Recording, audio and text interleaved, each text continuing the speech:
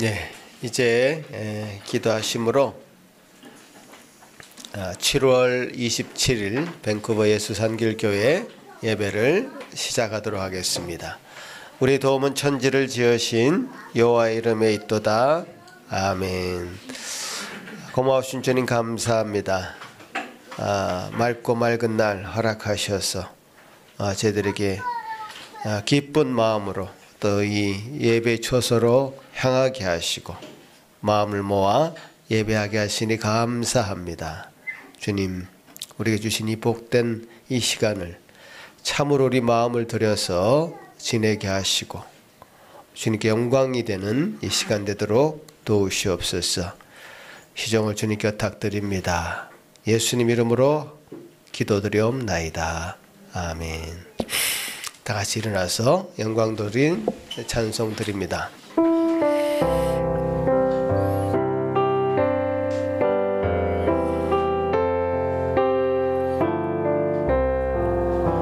눈을 들어 산을 보니 도움 어디서 오나.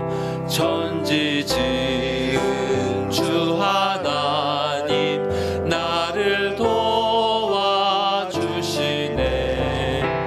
나의 발이 실족 않게 주가 깨어 지키며 항상 지켜 길이 보호하시네.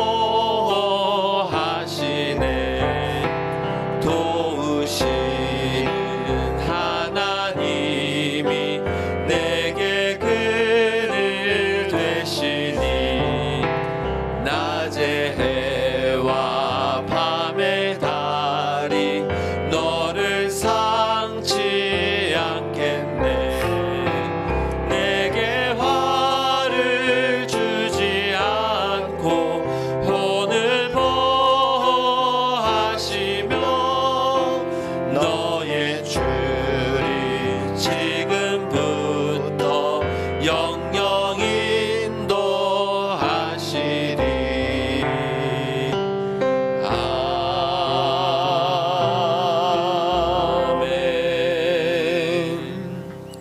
사도신경으로 우리 신앙을 고백합니다.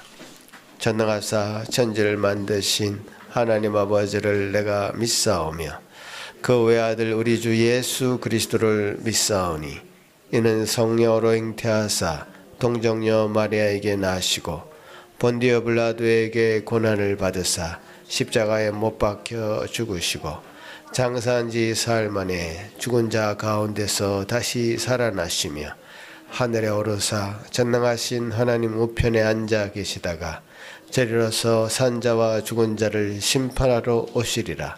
성령을 믿사오며 거룩한 공예와 성도가 서로 교통하는 것과 죄를 사하여 주시는 것과 몸이 다시 사는 것과 영원히 사는 것을 믿사옵나이다. 아멘. 십계명을 낭독합니다. 하나님이 이 모든 말씀으로 말씀하여 이르시되 나는 너를 애굽 땅 종되었던 집에서 인도하여 낸 내 하나님 여호와니라.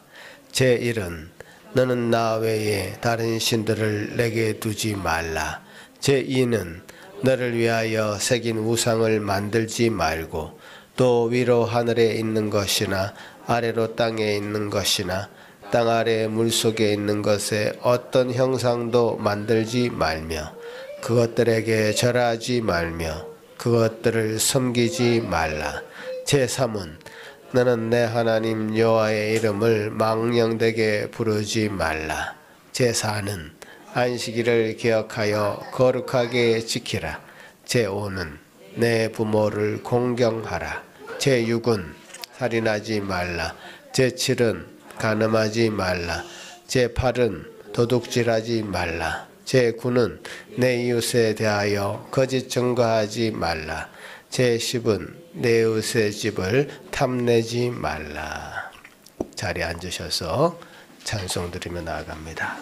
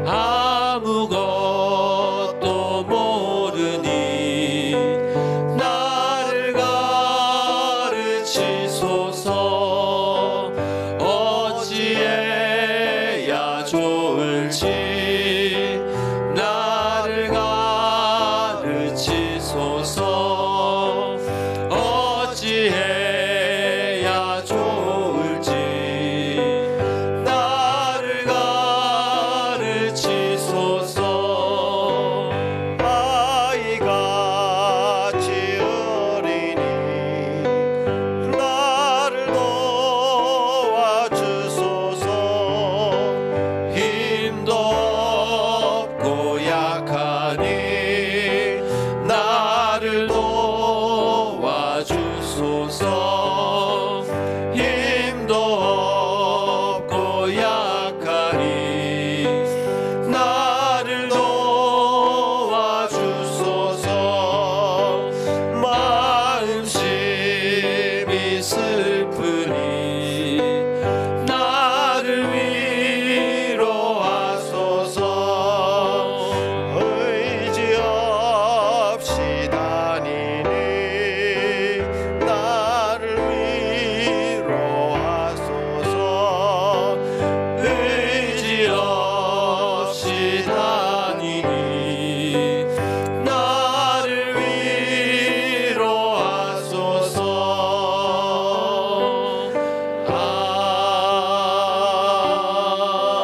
아멘.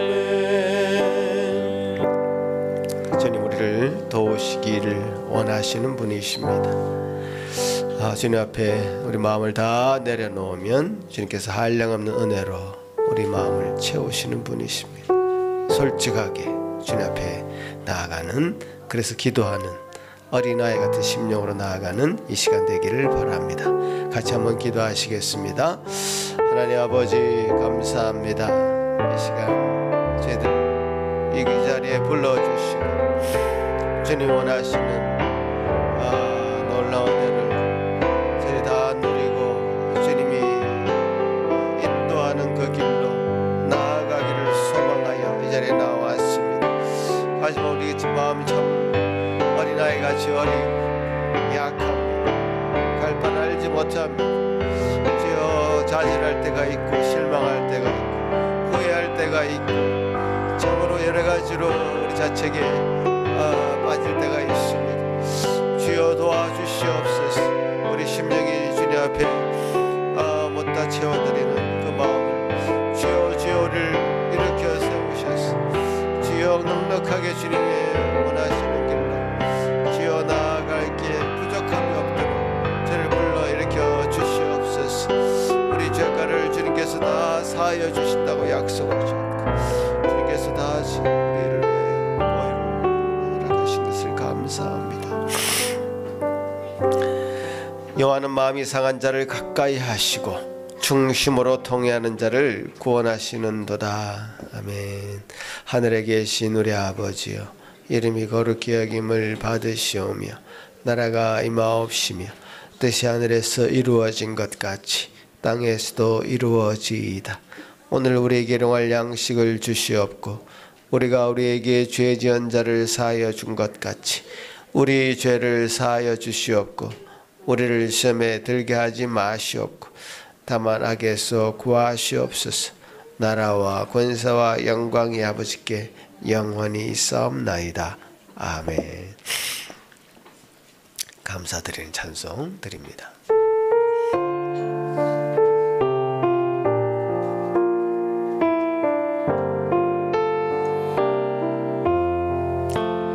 나의 갈 길 다가도록 예수 인도하시니 내 주 안에 있는 긍휼 어찌 의심하리요.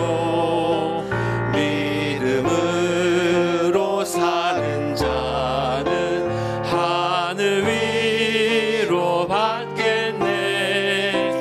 무슨 일을 만나든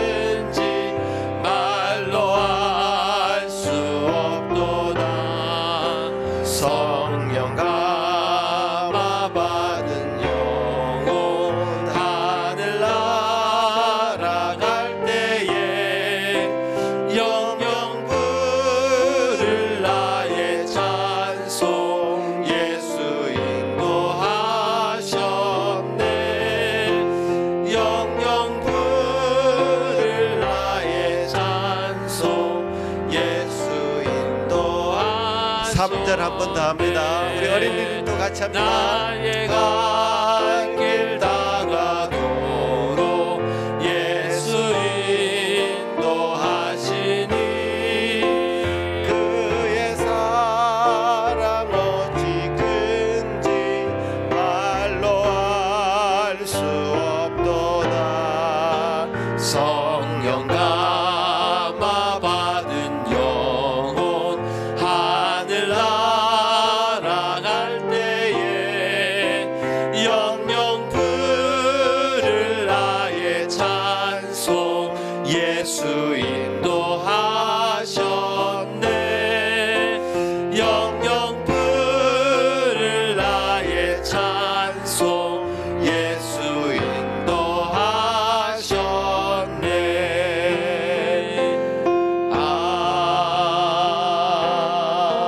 아멘. 시편 143편 교독할 때 우리 모든 어린이들도 같이 우리 한글 다 읽으실 줄 알죠? 예, 같이 하겠습니다. 여호와여 내 기도를 들으시며 내 간구에 귀를 기울이시고 주의 종에게 심판을 행하지 마소서.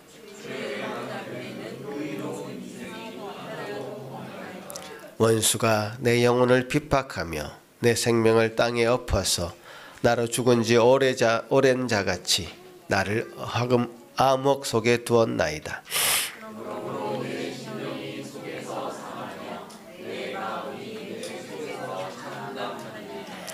내가 옛날을 기억하고 주의 모든 행하신 것을 엎조리며 주의 손이 행하는 일을 생각하고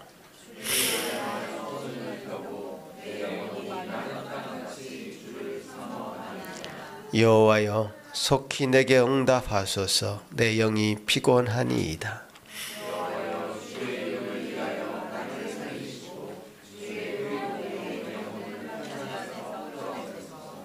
주의 인자하심으로 나의 원수들을 끊으시고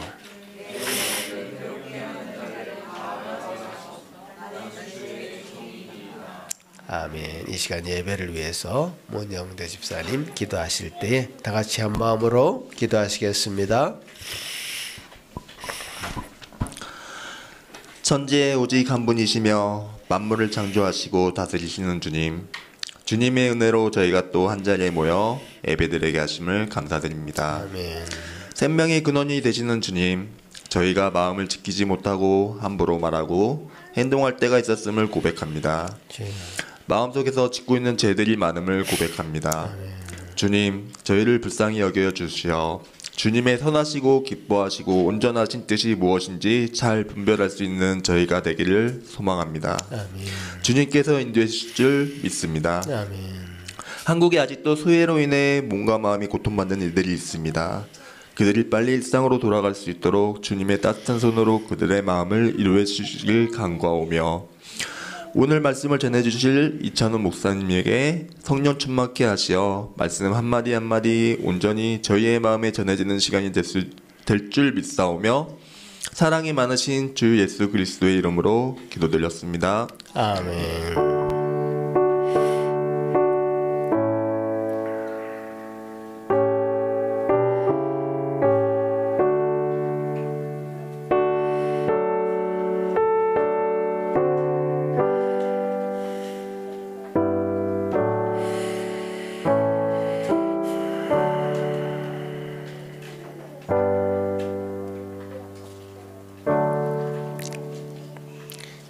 오늘 우리에게 주시는 하나님의 말씀은 빌립보서 3장 12절에서 14절 말씀입니다. 제가 읽겠습니다. 내가 이미 얻었다 함도 아니요 온전히 이루었다 함도 아니라 오직 내가 그리스도 예수께 잡힌 바 된 그것을 잡으려고 달려가노라. 형제들아, 나는 아직 내가 잡은 줄로 여기지 아니하고 오직 한 일, 즉 뒤에 있는 것을 잊어버리고 앞에 있는 것을 잡으려고 표대를 향하여 그리스도 예수 안에서 하나님이 위에서 부르신 부름의 상을 위하여 달려가노라. 아멘. 우리 어린이들 위해서 기도하는 시간 가집니다. 앞으로 나와 주십시오. 오늘 말씀이 굉장히 깁니다. 사실 여러분이 이 긴 말씀 어떻게 잘 감당했을지 모르겠습니다. 잘 감당했으면 정말 장하다고 박수를 쳐주고 싶습니다. 예, 우리 1회하고 2도도 뭐 노트를 들고 나왔네요. 뭐 적혀 있어 거기 뭐가? 암송 구절이 적혀 있습니까? 예, 오늘 우리 의연이하고 우리 잉글리시. 예언이 포기? 오케이. 여러분 좀 깁니다 사실. 예. And I will give you a new heart and a new spirit I will put within you. And I will remove a heart of stone from your flesh and give you a heart of flesh. And I will put my spirit within you and cause you to walk in my statutes and be careful to obey my rules. Ezekiel 36, 26 to 27. 와. 얼마나 많이 외웠어? 얼마나 많이 외웠어?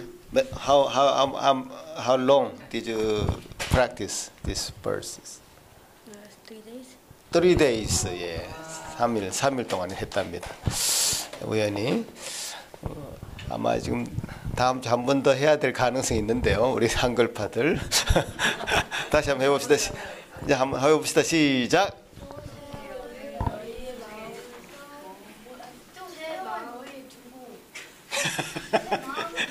첫 구절부터 지금 시작.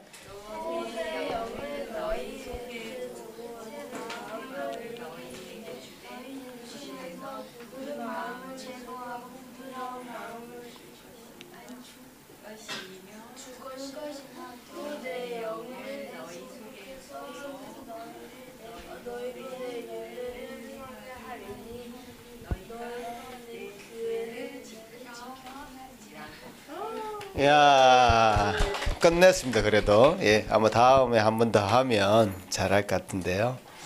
아마 우리 어린이들이 하나님 성령께서 우리 마음을 어떻게 바꾸시는지에 대해서 지금 배우고 있는 것 같아요.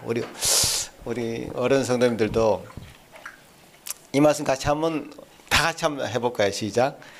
또 새 영을 너희 속에 두고 새 마음을 너희에게 주되 너희 육신에서 굳은 마음을 제거하고 부드러운 마음을 줄 것이며 또 내 영을 너희 속에 두어 너희로 내 율례를 행하게 하리니 너희가 내 규례를 지켜 행할지라.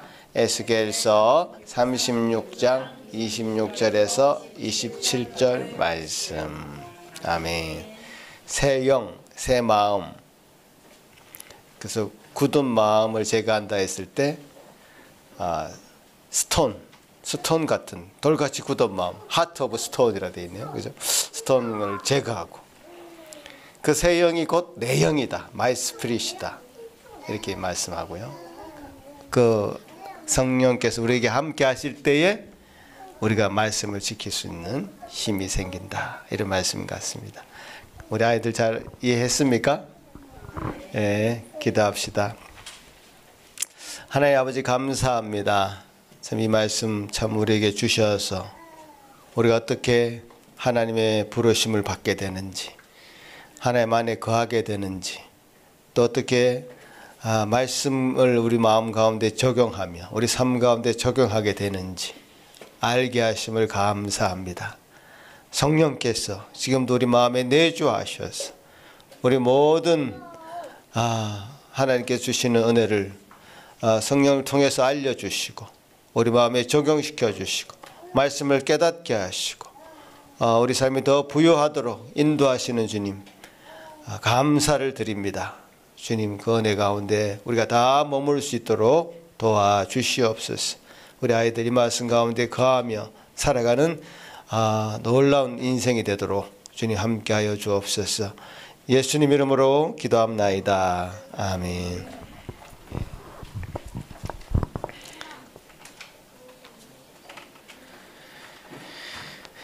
오늘 이찬우 목사님 오직 한 일 그 표대를 향하여 라는 제목으로 말씀 전하실 때 큰 은혜가 있기를 바라겠습니다.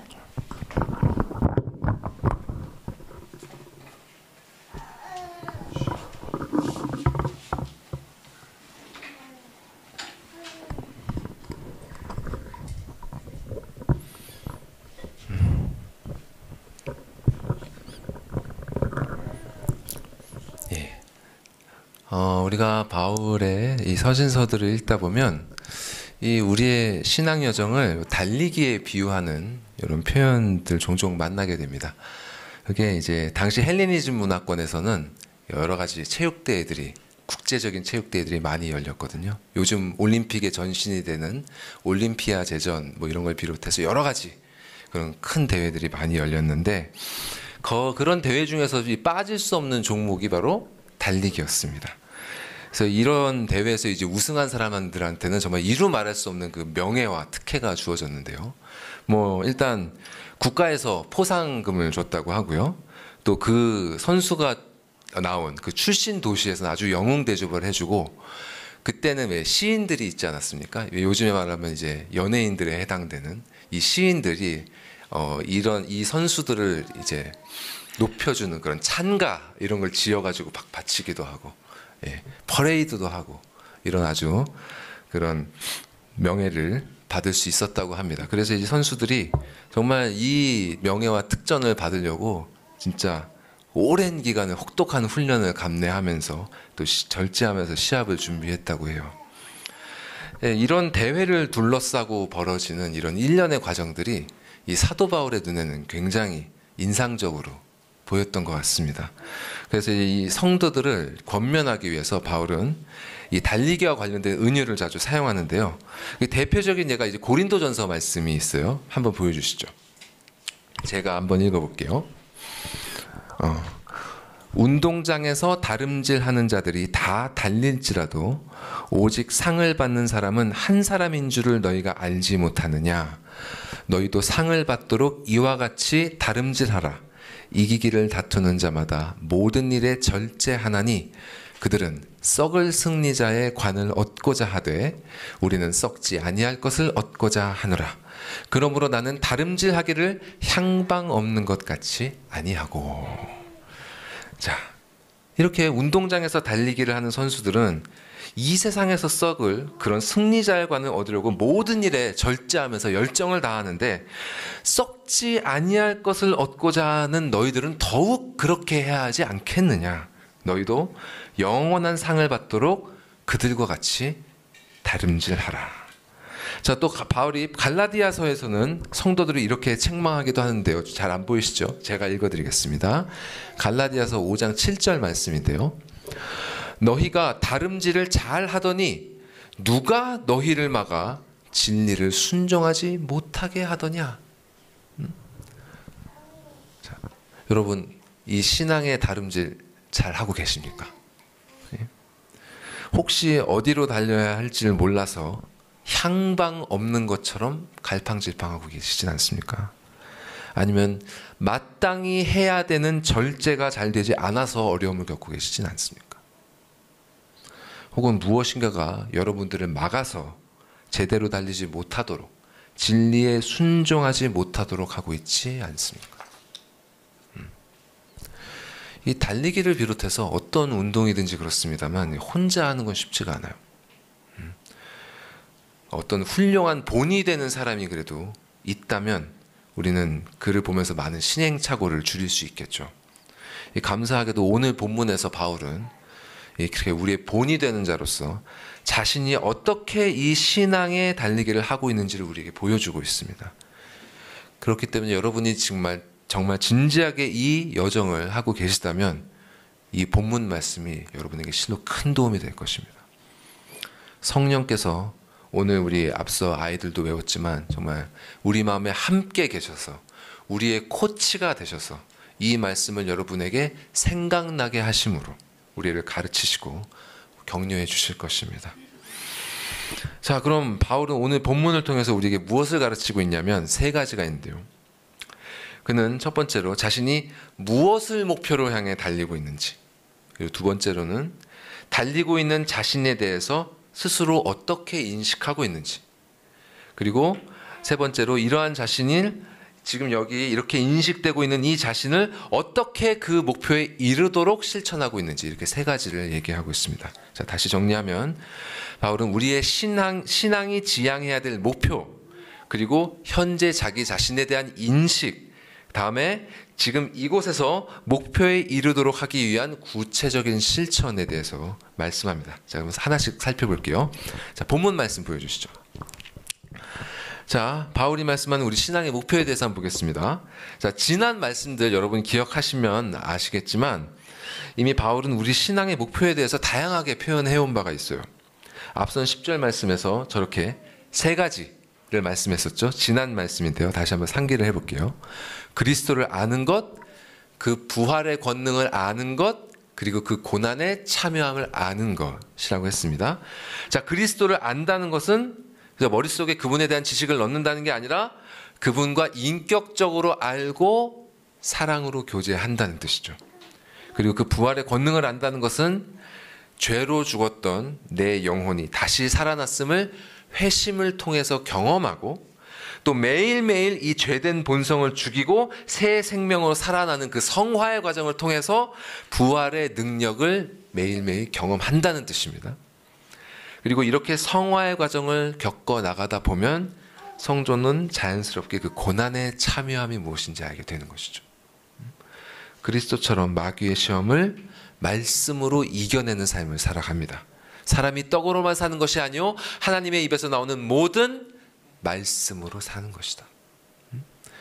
자, 그래서 우리가 지난 2주 동안 배우지 않았습니까? 요한복음 6장을 통해서 이 지식을 깨닫는 것이 곧 영생하도록 있는 양식이고 생명의 떡이신 그리스도를 먹는 것입니다. 이 육신의 생명이 생존을 위해서 먹으려는 본성이 있는 것처럼 이 거듭난 새 생명의 이 영혼은 그리스도를, 또 그 부활의 권능을, 그 고난의 참여함을 알고자 하는 본성이 있습니다. 이 본성을 따라서, 이 본성을 쫓아서 그분을 향해 달려나가는 것이 바로 신앙이에요. 이렇게 그리스도야말로 우리 신앙의 목표가 되시고, 또 오늘 본문의 표현대로 하면 이 그리스도가 바로 우리의 표대가 되는 것입니다. 자, 이 목표에 대해서 본문이 이렇게 말씀하죠. 12절에 오직 내가 그리스도께 잡힌 바 된 그것을 잡으려고 달려가노라. 말이 재밌죠? 내가 그리스도께 잡힌 바 된 그것, 내가 그리스도께 잡히는 것, 그것이 바로 내가 달려가서 잡아야 될 목표라는 거죠. 자, 여기서 이 잡는다는 이 원어는 확 잡아채는 것, 또 단호하게, 또 확고하게 움켜쥐고 자신의 것으로 만든다, 또 확실하게 내 머릿속에 갖고 있는다, 확실하게 안다, 이런 뜻이 있습니다. 그러니까 그리스도께서 우리를 잡는다는 말은 뭐냐? 우리가 그리스도께서 친히 아시는 그분의 확실한 소유가 된다는 말이에요. 그분이 그냥 우리를 소유로 갖고 계신다는 게 아니라 정말 그분이 아는 소유가 된다는 것입니다. 우리가. 자, 이와 관련해서 예수께서는 우리를 양에 비유해서 말씀하신 바가 있어요. 자, 요한복음 10장에서 예수께서는 당신을 믿지 못하는 유대인들에게 이렇게 말씀하신 적이 있습니다. 자, 요한복음 10장 27절에서 29절 말씀인데요. 제가 읽어볼게요. 내 양은 내 음성을 들으며 나는 그들을 알며 그들은 나를 따르느니라. 내가 그들에게 영생을 주노니 영원히 멸망하지 아니할 것이요 또 그들을 내 손에서 빼앗을 자가 없느니라. 그들을 주신 내 아버지는 만물보다 크심에 아무도 아버지 손에서 빼앗을 수 없느니라. 그리스도께서는 당신의 양들을 아십니다. 아무도 그들을 그분의 손에서 빼앗을 수 없어요. 만물보다 크신 아버지와 만물의 왕이신 그리스도가 그들을 소유하고 계시기 때문에 그 어떤 존재도 그들을 건드릴 수 없습니다. 이 양들은 이렇게 그분의 소유로서 그분의 음성을 듣고 그분을 따라갑니다. 이것이 바로 신앙이고 그분과 우리의 관계예요. 우리가 그리스도께 잡힌 바 된다는 의미가 바로 이것입니다. 그런데 여기서 우리가 놓치지 말아야 될 포인트가 하나 있는데요. 그거는 오늘 말씀의 이 원문이 다른 식으로도 번역될 수 있다는 말입니다. 자, 한번 보여주실까요? 자, 보시면 밑에 부분이 좀 안 보이실 텐데, 자, 우리가 보는 이 개역 성경은요, 위에 있는 저 NIV 번역이랑 같이 내가 그리스도 예수께 잡힌 바 된 그것을 잡으려고 달려간다, 이렇게 번역했습니다. 근데 이 ESV라는 번역은요, 이렇게 하고 있어요. Because Christ Jesus has made me his own. 그러니까 그리스도께서 나를 그의 것으로 삼으셨기 때문에 내가 그것을 잡으려고 달려간다. 인과관계입니다. 그리스도께서 나를 잡으셨기 때문에 내가 그것을 잡으려고 달려간다. 그래서 최근에 나온 새 한글 성경이라는 성경이 있는데요. 거기서는 이렇게 번역해요. 다만 그것을 붙잡으려고 뒤쫓아가고 있습니다. 그것을 위해 그리스도 예수님이 나를 붙잡으셨기 때문입니다. 자, 이 두 가지 해석 중에 어느 것이 옳다고 말할 수가 없어요. 예. 어느 것을 prefer하는, 학자들마다 prefer하는, 더 좋아하는, 선호하는 해석이 있습니다만 원문은 이 두 가지 해석이 다 가능합니다. 그리고 이 두 가지 해석 모두가 성경 전체의 지지를 받습니다. 자, 사람은요, 절대로 자기 스스로의 힘으로 그분을 잡을 수가 없어요. 그분께서 먼저 나를 붙잡으셨기 때문에 내가 그분을 붙잡을 수 있습니다. 그분께서 먼저 나를 소유로 삼으셨기 때문에 내가 그분의 소유된 양으로서 목자인 그분을 따라갈 수 있는 것입니다. 에베소서 1장에서 이렇게 말씀하셨잖아요. 창세전에, 이 세상을 창조하시기도 전에 그리스도 안에서 하나님께서 우리를 택하셨습니다. 또 요한 1서에서는 이렇게 말씀하셨죠. 그가 먼저 우리를 사랑하셨기 때문에 우리가 하나님을 사랑할 수 있고 이웃을 사랑할 수 있는 것입니다. 그가 먼저 우리를 사랑하셨기 때문에. 우리가 그분을 알고자 하고 또 그분을 따르고자 하고 또 그분과 같은 삶을 살고자 하는 것은 이렇게 그분이 먼저 우리를 사랑하시고 우리를 택하시고 당신의 것으로 삼으셨기 때문에 가능한 일입니다. 그분이 먼저 우리를 이렇게 삼으시지 않으면, 우리를 택하시지 않으면 우리는 절대로 그분을 알려고도 하지 않고 사랑하려 하지 않고 따를 수도 없는 것입니다. 이렇게 그분의 소유가 된 자로서 나도 그렇게 그분을 소유하고자 쫓아가는 것, 그것이 바로 우리의 신앙이에요. 여러분 어떤 목적을 향해 지금 달려가는 삶을 살고 계십니까? 여러분에게 주어진 그 한정된 시간 속에서 여러분의 발걸음은 지금 어디를 향하고 계세요?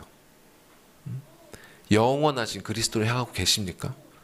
아니면 결국 허무하게 사라질 것들을 쫓아가고 계십니까? 다른 사람들이 밖에서 우리를 보기에는 우리가 뭐 상당히 잘 살아가는 것처럼 보일 수도 있어요. 하지만 우리 자신은 압니다. 하루 24시간 동안 나의 눈과 귀가 무엇을 향해 있는지, 나의 생각이 주로 무엇으로 채워져 있는지, 내 마음의 중심에 무엇이 자리를 하고 있는지 나는 알아요. 이 질문 앞에 내 발걸음은 그리스도를 향하고 있습니다. 내 마음은 그리스도로 채워져 있습니다. 이렇게 자신 있게 말할 수 있습니까? 우리가 이 엄중한 말씀 앞에 자신을 바르게 점검한다면 오늘 본문의 사도 바울처럼 이러한 자기 인식을 가지는 것이 마땅할 것입니다. 자, 12절에서, 오늘 본문 12절에서 바울이 이렇게 고백합니다. 내가 이미 얻었다 함도 아니고 온전히 이루었다 함도 아니라. 사도 바울은 자신이 아직 그리스도를 얻지도 못했고 그분께 온전히 이르지도 못했다고 고백하고 있어요. 바울의 삶이 참 우리랑 비교할 수도 없는 삶이죠.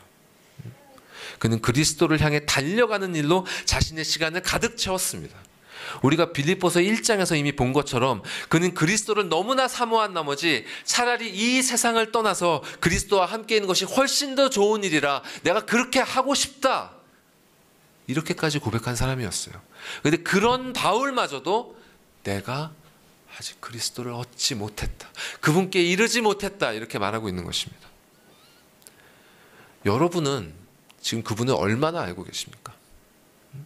그리스도에 대해서, 그 부활의 권능에 대해서, 그 고난의 참여함에 대해서 여러분은 얼마나 알고 계십니까? 여러분이 지금까지 알게 된 것이 결코 다가 아닙니다. 하나님을 사랑하고 이웃을 사랑하는 삶에 대해서 여러분 얼마나 경험하셨습니까?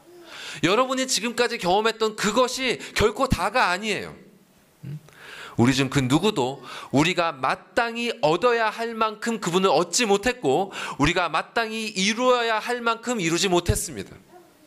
그래서 바울은 13절에서 거듭 이렇게 말씀합니다. 나는 아직 내가 잡은 줄로 여기지 아니한다. 그리스도께서는 나를 온전히 잡으셨지만 나는 아직 그분을 잡아야 할 만큼 붙잡지 못하고 있다. 근데 신앙생활을 하면서 우리가 이 안온한, 이 평온한 삶을 살면서 이 사실을 잊어버리는 경우가 너무나 많아요. 어떤 사람들은요, 신앙생활하면서 이 진리의 작은 부분은 조금 깨달았다는 것만으로도 이미 그리스도를 얻은 것처럼 여기는 경우가 있습니다.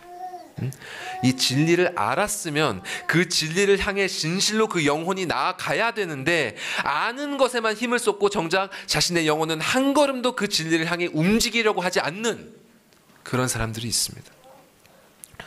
또 어떤 사람들은 기도 중에 혹은 찬송 중에 은혜와 감동을 조금 경험한 것을 가지고 자신이 이미 그리스도를 얻은 것처럼 생각해요. 그러나 그런 사람들은 대부분이 자기의 주관적인 느낌에 빠져 있습니다. 그래서 처음에는 경건하게 신앙생활 잘하는 것처럼 보이지만 시간이 가면, 날이 갈수록 결국 말씀이 보여주는 그리스도가 아니라 엉뚱한 방향으로 나가는 사람들이 적지 않습니다. 또 이보다 조금 더 나은 부류들이 있죠. 이 아는 것과 감정을 넘어서서 경건의 실천을 어느 정도 이뤄낸 사람들이 있습니다. 그런 사람들 중에 대표적인 사람이 누구냐? 성경에 나오는 부자 청년이에요. 그 청년이 예수께 이렇게 물었습니다. 이 모든 것을 내가 지키었사온데 아직도 무엇이 부족하니까?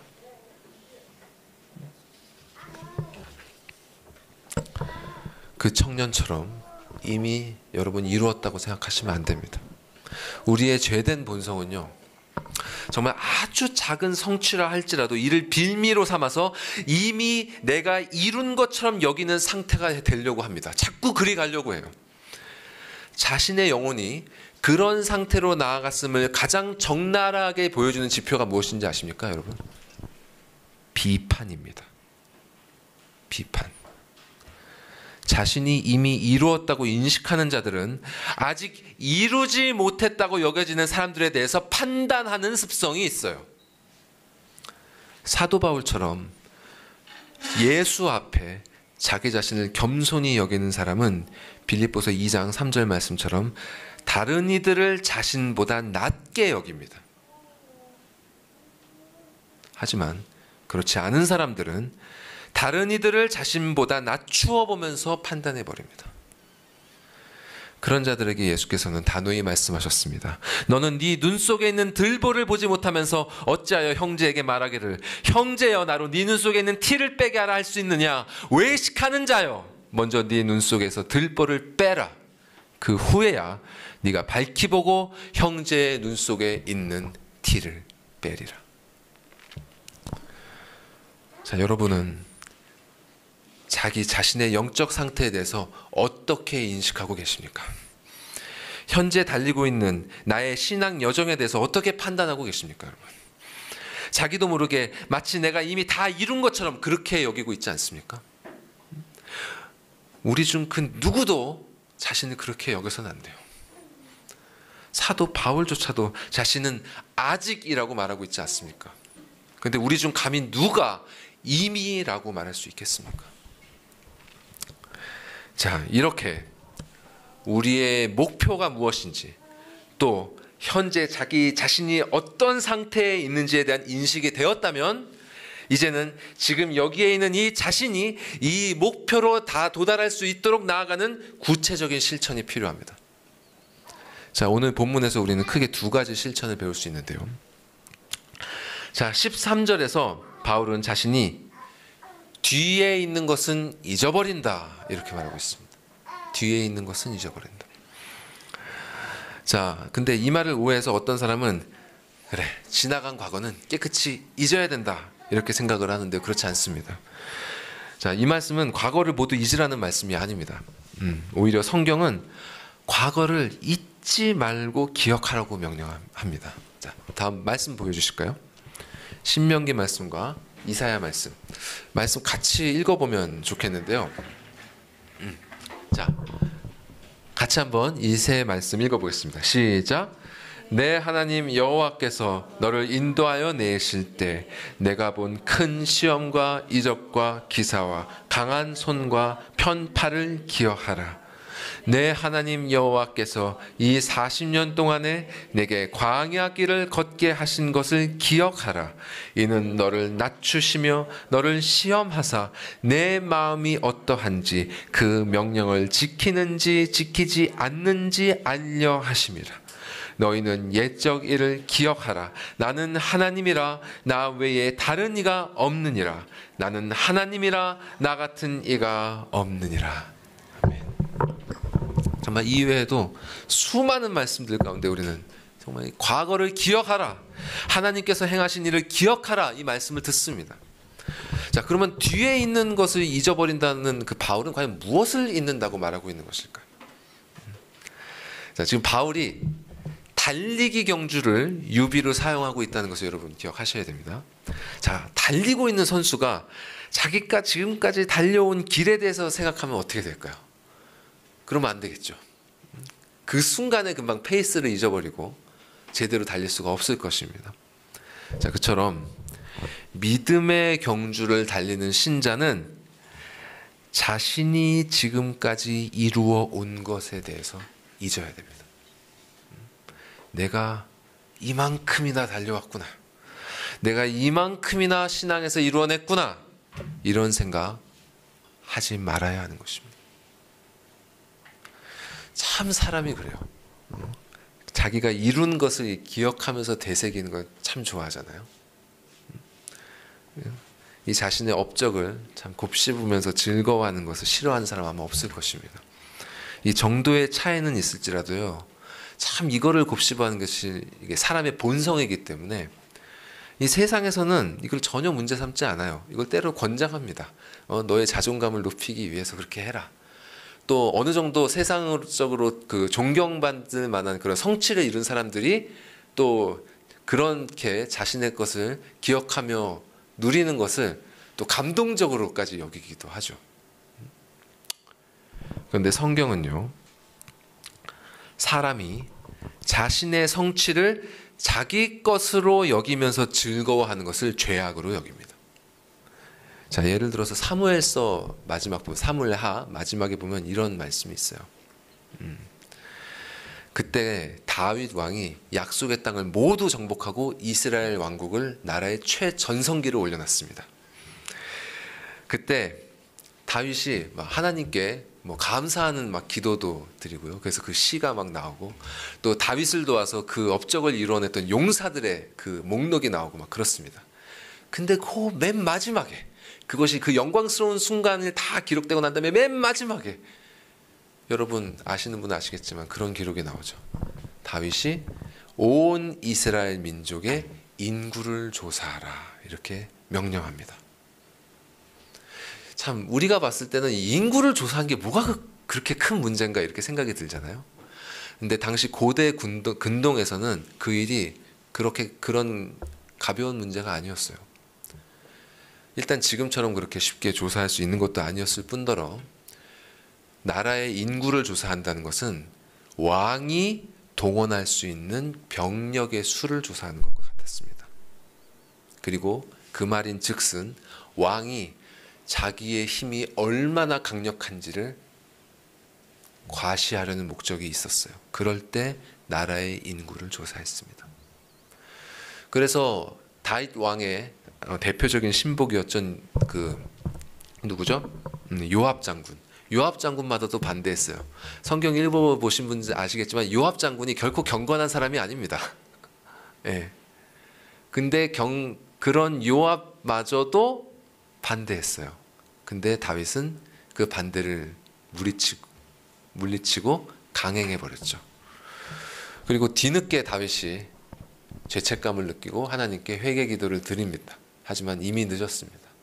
그래서 온 이스라엘이 하나님의 진노 아래에 처하고 말죠. 자, 신앙의 여정을 제대로 달리고 있는 신자는요, 지나간 순간을 붙잡지 않습니다. 잊어버립니다. 근데 여기서 잊어버린다고 했을 때 그 잊는다는 거는 수동적으로 잊혀진다는 게 아니에요. 시간이 지나서 저절로 잊혀진다는 게 아니라 능동적으로 삭제한다는 뜻입니다. 우리는 지난날의 성취를 자신의 것으로 여기고 그곳에 머물러서 즐거워하려는 마음을 능동적으로 삭제해야 됩니다. 또한 지나간 것에는 또 이런 의미도 있어요. 이미 지나쳐 온 이 세상의 것들이 있습니다, 여러분. 이미 지나쳐 온 것들. 그런 것들을 돌아보지 말고 다 버려야 됩니다. 음란을 버리고 허탄한 신화를 버리고 이 세상 정욕을 다 버려야 합니다. 그래서 히브리서는 확실하게 이렇게 말씀하고 있습니다. 히브리서 말씀 보여주시죠. 자, 함께 읽어볼까요? 시작. 이러므로 우리에게 구름같이 둘러싼 허다한 증인들이 있으니 모든 무거운 것과 얽매이기 쉬운 죄를 벗어버리고 인내로써 우리 앞에 당한 경주를 하며 믿음의 주요 또 온전하게 하시는 이인 예수를 바라보자. 이 예수를 바라보며 달려갈 때 거추장스럽고 무거운 것, 그분께 나아가지 못하도록 얽어매는 그 모든 죄들 뒤로 버리고 돌아보지 말고 기억하지 말고 마음속에서 삭제해야 합니다. 예수께서 마지막 날에 대한 그 예언을 하실 때 제자들에게 이렇게 경고하신 바 있어요. 롯의 처를 기억하라. 롯의 아내를 기억하라. 여러분, 창세기에서 롯의 아내가 어떻게 했습니까?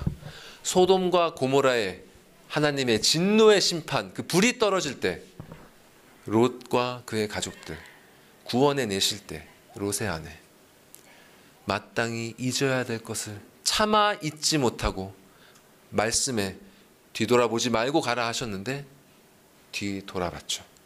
그리고 망하고 말았습니다. 그 롯의 처를 여러분 기억하셔야 됩니다. 자, 바울은 이것이 우리가 신앙의 여정, 지금 이 모습을 하고 있는 이런 나를 그 목적으로 향해 나아가고자 할 때 실천해야 할 첫 번째 것입니다. 이렇게 잊어야 할 것을 잊어버리고 난 다음에 그 다음에 어떻게 해야 되느냐? 오직 한 일, 앞에 있는 그 표대를 잡기 위해 집중한다고 말씀해요. 집중한다고. 자, 근데 이렇게 표대에 제대로 집중하기 위해서 여러분 먼저 고려해야 될 것이 무엇이냐? 우리의 이 달리기가 단거리가 아니라 장거리라는 사실입니다. 예. 자, 다음 말씀들도 한번 보여주시죠. 자, 이 세 구절 말씀 또 같이 읽어볼게요. 시작. 땅이 스스로 열매를 맺되 처음에는 싹이요 다음에는 이삭이요 그 다음에는 이삭의 충실한 곡식이라. 너희 안에서 착한 일을 시작하신 이가 그리스도 예수의 날까지 이루실 줄을 우리는 확신하노라. 그러므로 형제들아 주께서 강림하시기까지 길이 참으라. 보라, 농부가 땅에서 나는 귀한 열매를 바라고 길이 참아 이른 비와 늦은 비를 기다리나니 너희도 길이 참고 마음을 굳건하게 하라. 주의 강림이 가까우니라. 자, 여러분 읽으신 것처럼 참 싹이 이삭이 되고 곡식이 되는 일에 시간이 필요하듯이 우리의 신앙의 성장에서 목표에 도달하는 데는 평생이라는 시간이 필요합니다. 우리 안에서 이미 이 착한 일을 시작하셨잖아요. 이게 언제 이루어진다고요? 그리스도 예수의 날에. 그 마지막 날에 가서야 이 일이 완성됩니다. 그렇기 때문에 우리는 야고보서 말씀처럼 어떻게 해야 됩니까? 길이 참아야 됩니다. 길이. 끝날 때까지 끝난 게 아니에요. 바울은 이 경주를 빨리 끝내고, 바울도 힘들었나 봐요. 정말 빨리 끝내고 주님과 함께 있기를 원했지만 그럼에도 불구하고 계속 이 경주를 하게 하시는 주님의 뜻에 따랐습니다. 참으로 이 과정을 견디는 게 어려워요. 가다 보면 뒤에 것은 잊어버리라고 했는데 잊지를 못합니다. 계속 반복되는 죄를 짓죠. 똑같은 실패 계속합니다. 같은 길, 같은 함정 계속 빠져요. 하지만 끝날 때까지 끝난 것이 아닙니다. 주께서 지금 우리에게 아직 호흡을 붙여주셨다는 것은 이 경주가 아직 끝이 아님을 알려주고 있는 것입니다. 우리가 그래서 이 호흡을 다할 때까지 그래도 포기하지 말고 다시 일어나서 이 경주를 달려야 됩니다. 주께서 반드시 그 표대에 여러분을 이르게 하실 것입니다. 여러분 길이 참으면서요 달리십시오. 자, 이렇게 표대를 바라보면서 달려감에 있어서 또 하나 중요한 게 뭐가 있냐면, 우리가 향해야 될 이 표대하고요, 우리가 보상을 혼동해서는 안 된다는 것입니다. 이 달리기 선수가 경기 중에 바라봐야 될 것은 그가 통과해야 되는 그 결승점이잖아요. 근데 그가 받아야 될 면류관이 아닙니다. 근데 우리 신앙 여정 중엔 자꾸 이걸 혼동할 때가 많죠. 우리가 바라봐야 될 표대는 그리스도인데 그분을 붙잡음으로 말미암아서 얻게 되는 보상에 우리는 더 관심을 가지는 경우가 많습니다. 예를 들어서 그리스도를 발견함으로 얻게 되는 지혜랄지, 또 그분을 붙잡게 됐을 때 누리게 되는 기쁨이랄지, 그분을 의지함으로써 얻게 되는 평안이랄지, 이런 것들에 더 마음이 쏠려요. 그러나 그런 거는 먼저 우리가 그리스도를 구할 때 참으로 얻어지는 것이지, 우리가 지혜 자체, 기쁨, 또 평안, 이런 것 자체를 구할 때 얻어지는 게 아닙니다. 그런즉 먼저 그의 나라와 그의 의를 구해야 되는 것입니다. 그래야만 이 모든 것을 너희에게 더해 주시는 것이죠. 그의 나라, 그 나라의 왕이요, 그의 의, 하나님의 의로움이신 예수 그리스도를 구해야만 다른 모든 것이 여러분께 더해지는 것입니다. 그렇지 않으면 우리는 마땅히 달려야 될 그 경로를 이탈하고 말아요. 여러분, 너무 평안을 구하지 마십시오. 너무 기쁨을 쫓아가지 마십시오. 딴 데로 가게 됩니다, 여러분. 자, 그렇기 때문에 우리 신앙의 달리기에 있어서 무엇보다도 가장 중요한 것이 이 오직 한 일, 자, 그리스도를 붙잡는 데 집중하는 것입니다. 자, 그러면 구체적으로 그리스도를 붙잡는 일이 무엇이냐? 자, 여러분 피곤하시겠지만 이 부분이 제일 중요합니다. 오늘 말씀에서 이 부분이 제일 중요합니다. 집중해 주십시오.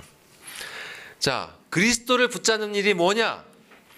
우리가 흔히 생각할 수 있는 게, 자, 말씀을 읽고 기도하고 예배하는 일. 자, 그 소요리 문답에서 뭐라고 하죠? 이것을 은혜의 방편을 사용하는 일이라고 합니다.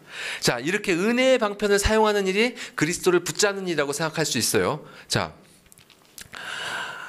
이것은 소요리 문답에서 잘 가르쳐 주고 있는 것처럼 하나님께서 제정해 주신 방편입니다. 우리가 그리스도를 붙잡고 그분의 은혜를 누릴 수 있도록, 얻을 수 있도록 주신 외적인 방편이에요. 그래서 이것을 우리가 바르게 사용하면 이것이 바로 그리스도를 붙잡는 것이 되는 것이 맞습니다. 하지만 우리가 이런 일을 한다고 해도 성령을 온전히 따르지 않고 말씀에서 가르쳐 주신 대로 그대로 행하지 않으면서 이런 일들을 할 수도 있어요. 예. 그러면 그리스도를 붙잡는 게 아니게 되겠죠. 자, 근데 이렇게 은혜의 방편들을 사용하는 것만 그리스도를 붙잡는 일이 되느냐? 만일 그렇다면 우리는 지금 하고 있는 모든 일상의 일들을 내려놓고 마치 중세 수도원의 수도사들처럼 온종일 종교 생활에만 열중해야 될 것입니다. 그러나 이는 성경의 가르침이 아니에요. 하나님께서는 교회 안에서도 하나님이시지만 교회 밖에서도 하나님이십니다. 그리스도께서는 교회의 머리이시기도 하지만 만물을 다스리는 권세를 받으신 왕이십니다. 자, 종교개혁자들이 중세 로마 카톨릭에서 말씀대로 세상을 개혁해낸 것이 바로 이것이에요. 이 말씀의 가르침에 따라서 하나님의 주권이 인간의 교회 안에서의 삶뿐만이 아니라 인간의 삶의 전 영역에 미친다는 사실, 그것이 바로 종교개혁자들이 선언한 것입니다. 자, 다시 말해서 말씀을 읽고 기도하고 찬송할 때만이 아니라 우리가 행하는 모든 일상 가운데서도 그리스도를 만나고 그분을 붙잡을 수 있다는 말입니다. 자, 그러면 이런 일상의 평범한 일들이 어떻게 그리스도를 붙잡는 일이 될 수 있는가? 자, 우리가 매주 예배 전에 모임을 시작하면서 상기하는 것 있죠. 신앙의 선조들은 사람의 제일 된 목적을 뭐라고 했습니까? 하나님을 영화롭게 하고 그분을 영원토록 즐거워하는 일이라고 정리를 했습니다. 그러면서 그 근거 구절로 여러분 잘 아시는 고린도전서 10장 31절 말씀을 들었어요. 보여주시죠. 읽어주실까요? 시작. 그런즉 너희가 먹든지 마시든지 무엇을 하든지 다 하나님의 영광을 위하여 하라. 자, 이 먹고 마시는 게 뭡니까? 가장 기본적인 것이잖아요. 가장 평범하고 또 이 세상에서 어떤 사람이든지 즐거움을 누릴 때는 저걸 합니다. 먹고 마시는 것. 자, 우리가 지난 2주 동안 배웠던 요한복음 6장 말씀에 보여주시는 것처럼 이 세상 사람들은 이 먹고 마시고 배부르는 것 가장 좋아합니다. 그래서 그들이 예수님을 따랐던 이유가 이것이잖아요. 오병이어의 기적을 베푸심으로 그들이 먹고 마시고 배부를 수 있도록 해주셨기 때문에 그들은 예수님을 따랐습니다. 그런 이들에게 예수께서는 썩을 양식을 위해 일하지 말고 영원하도록 있을 양식을 위해서 일하라고 일침을 놓으셨죠. 그런데 우리 거듭난 그리스도인들에게서는, 거듭나지 않은 사람들 말고 거듭난 그리스도인들에게는 삶의 모든 일들의 의미가 이전과는 완전히 달라지게 됩니다.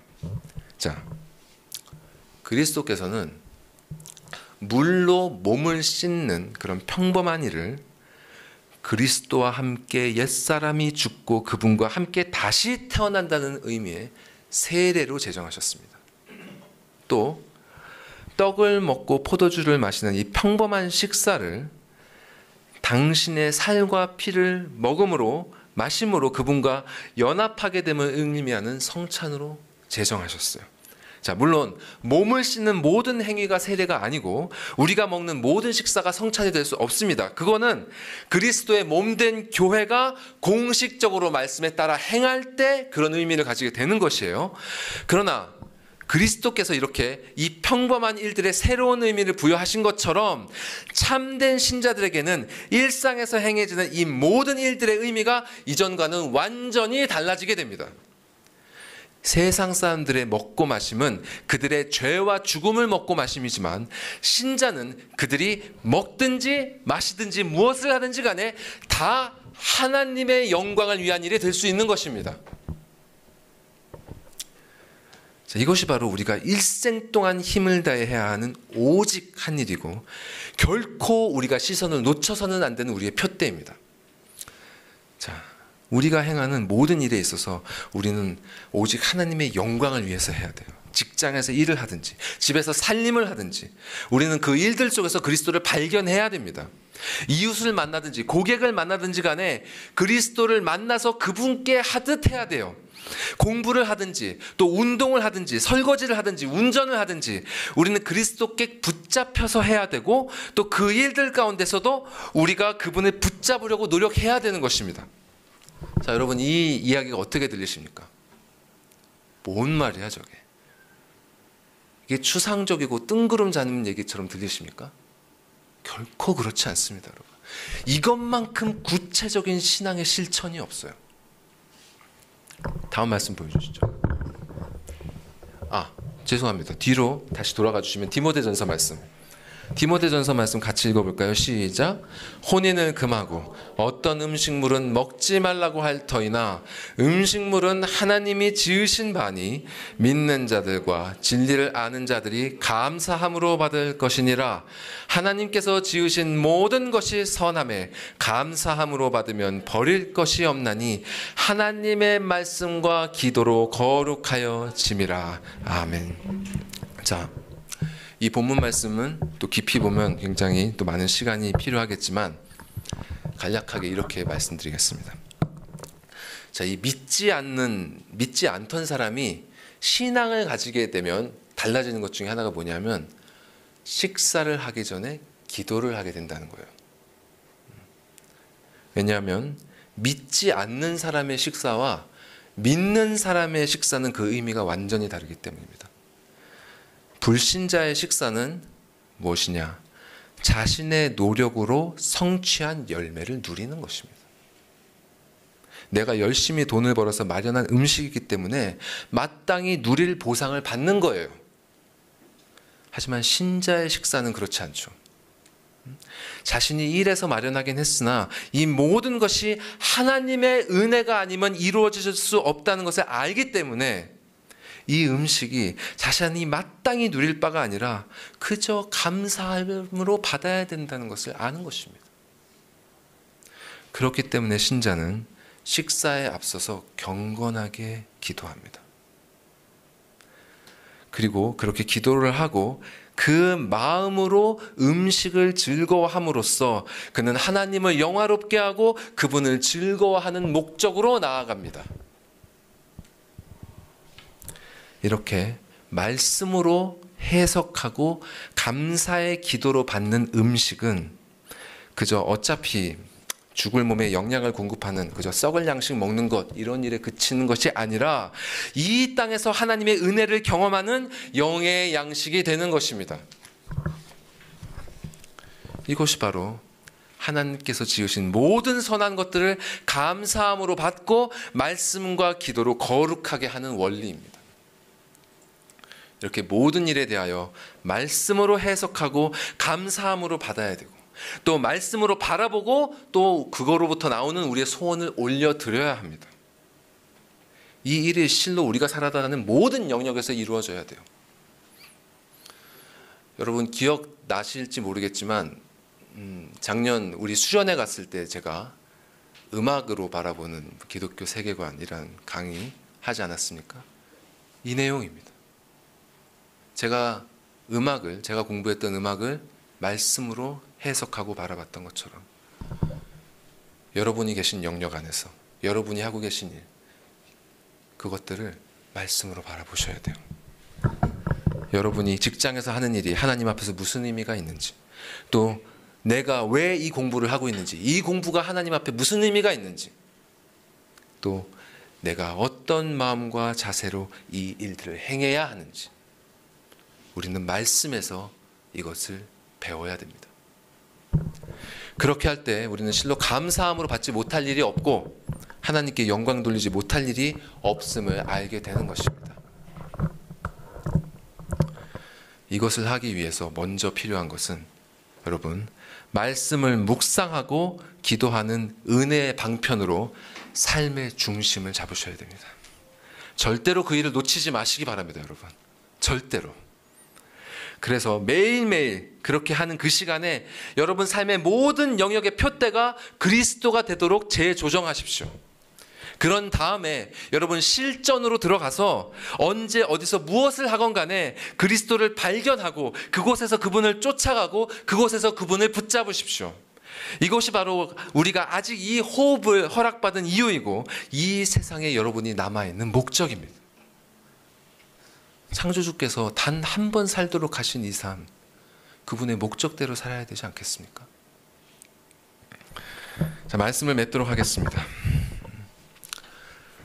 자, 그리스도를 표대로 삼고 그리로 달려가는 이유는 그분께서 예비하신 이 부름의 상을 얻기 위해서입니다.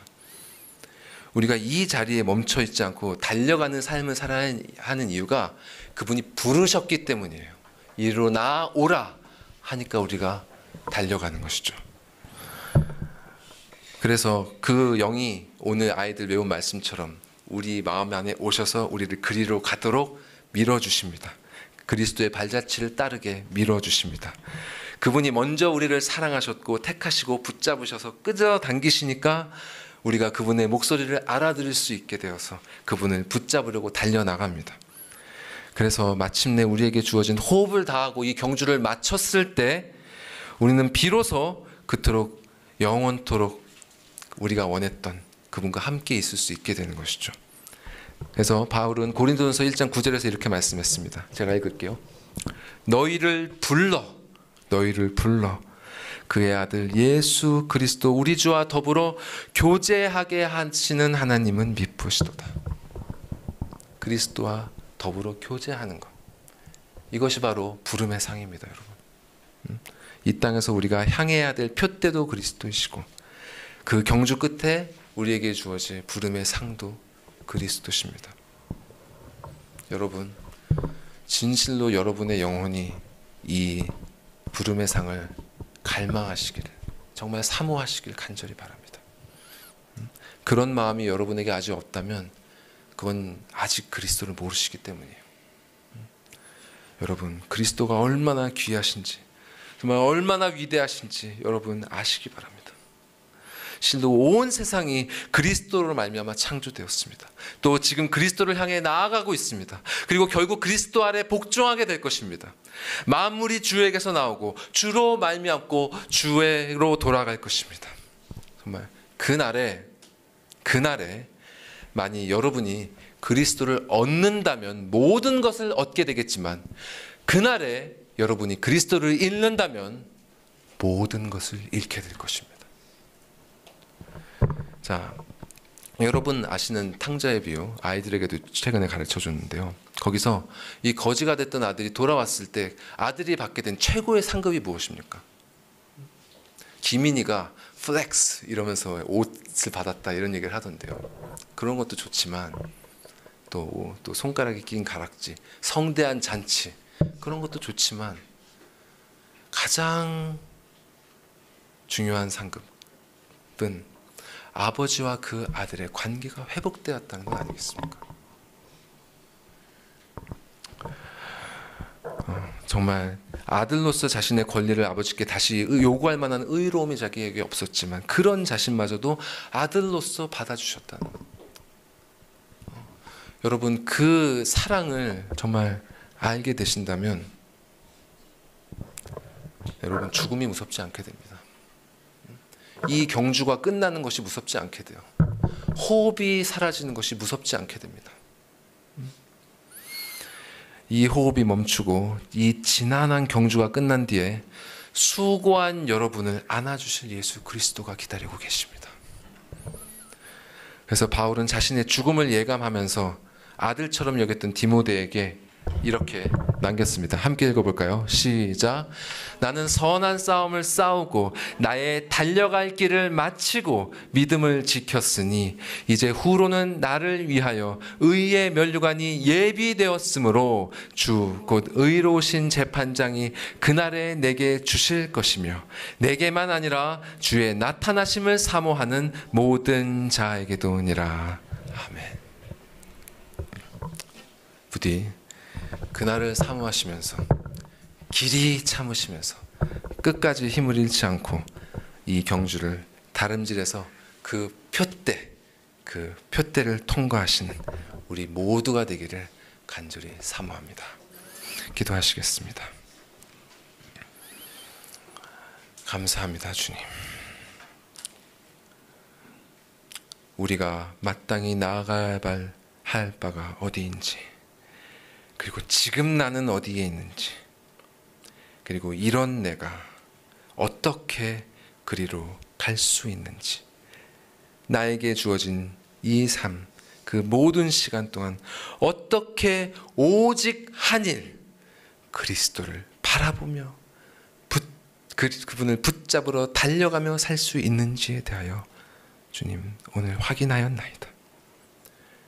성령님 우리 안에 오시어서 역사하시어서 우리가 기억해야 할 바 이 진리를 반드시 잊지 않고 기억하며 평생을 이 말씀대로 살아가는 복되고 복된 우리 모든 상길교회 성도 다 될 수 있도록 주님 인도하여 주시고 역사하여 주시옵소서.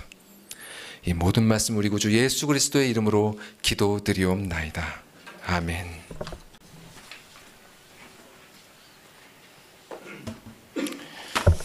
예, 주신 말씀 기억하시면서 같이 찬송 드리겠습니다. 다 같이 일어나서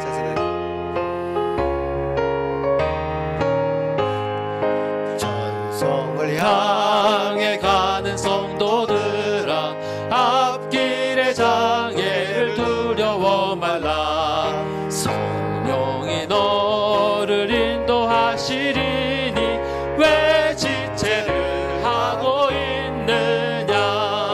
앞으로 앞으로 전성을 향해 나가세. 전성문만 바라고 나가세. 모든 전사 너희를 영접하러 그 앞에 기다려 서 있네. 너 가는 길을 누가 비웃거든 확실한 증거를 보여주어라. 성령이 친히 감화하여 주사 그들도 참 길을 찾으리. 앞으로 앞으로 전성을 향해 나가세. 전성문만 바라고 나가세. 모든 전사 너희를 영접하러 문 앞에 기다려 서 있네. 너 가는 길을 모두 가기 전에 내 손에 든 검을 꽂지 말아라. 저마귀 흉에 모두 깨뜨리고 끝까지 잘 싸워 이겨라. 앞으로 앞으로 전성을 향해 나가세. 전성문만 하고 나가세. 모든 전사 너희를 영접하러 문 앞에 기다려 서 있네.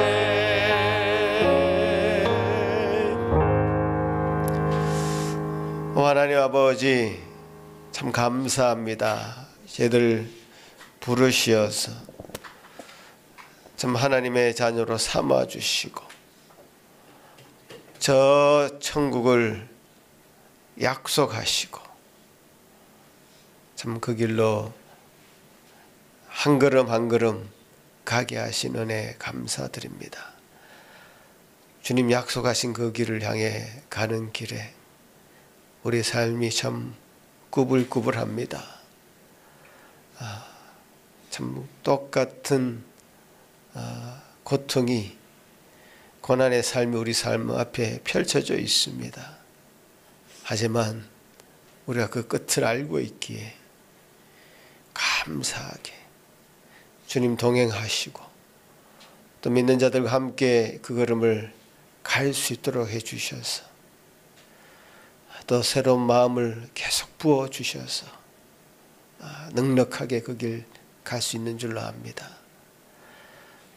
참 그 끝을 아는 자의 그 기쁨이 우리 모든 성도들에게 차고 넘치도록 하여 주시고 이 시간 우리에게 주어진 모든 것들이 주님의 영광을 위하여 할 수 있는 것이라 말씀하신 바 주님, 우리가 먹고 마시는 것뿐만 아니라 우리가 가진 모든 소유가 주님 것임을 알고 주님께만 영광되는 그 모든 것 되도록 인도하여 주시옵소서. 주님 주신 은혜로 주님 것을 드리며 이렇게 주님 영광되기 위하여 드린 예물을 기꺼이 기뻐 받아 주시옵소서. 감사하고 예수님 이름으로 기도합나이다. 아멘. 예, 자리에 앉으십시오. 예, 우리 이찬우 목사님도 그렇고 황준호 전사님도 그렇고 이게 말씀의 분량이 작지 않습니다. 그래서 제가 이게 말씀을 들으면서 인용하시는 본문들도 많고 그래서 한 주간 내내 좀 이렇게 묵상을 하고 여러분 것으로 곱씹지 않으면 좀 놓칠 수 있겠다 이런 생각도 들었는데요. 너무너무 좋은 말씀들이 안에 많이 내포되어 있고요. 제가 기도하면서 방금 말씀드렸지만 좀 우리를 구원해 주시는 그 은혜만이 우리를 정말 우리 삶을 지탱할 수 있는 유일한 것 같습니다. 우리가 구원받을 때에 하나님께서 주신 은혜 가운데 들어갈 때에 이 세상은 다 의미가 새로워지는 겁니다. 저 나뭇잎도 그 의미가 달라지고 저 구름도 하늘도 그 의미가 달라지는 거죠. 기존의 마음과는 전혀 달라진 마음으로 그것을 보니까 달라진 세상에 살고 있는 거죠. 다르잖아요. 만나는 사람의 의미가 달라지고 내가 일하는 일의 의미도 달라지고 앞으로 우리 주원이나 또 영주가 무엇을 되겠다고 이제 하고 공부도 할 텐데 그 공부의 의미도 달라지고 만약에 내가 의사가 되고 싶다 그러면 공부 잘해서 되는 게 아니라 왜 그걸 해야 되겠는가? 주님께서 부여해 주신 그 은혜가 그 감동이 뭐냐? 그것이 없으면 그 길로 가서는 안 되죠. 그러니까 의미가 달라지는 겁니다. 어떤 보상이 있어서 우리에게 그 길로 가라는 것이 아니라 그런 마음을 주신 그 하나님을 우리가 만나기 때문에 그 길로 가라는 것이죠. 여러분에게 부모님께 효도할 수 있는 마음을 주셨다면 부모님께 효도함으로 내가 얻는 어떤 다른 유익이 있어서가 아니라 부모님께 효도하는 마음을 주신 그것 자체가 복이죠. 다르게 만드신, 나의 마음을 다르게 만드신 그게 복이죠.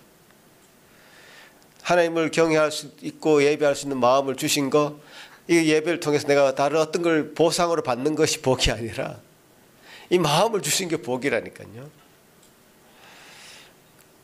그래서 그런 것을 결국 여러분이 믿고 바라고 오늘도 내일도 한 걸음 한 걸음 새로운 의미 속에서 새로운 세상 속에서 새로운 가치를 발견하고 의미를 발견하는 하루하루가 되시기를 바라고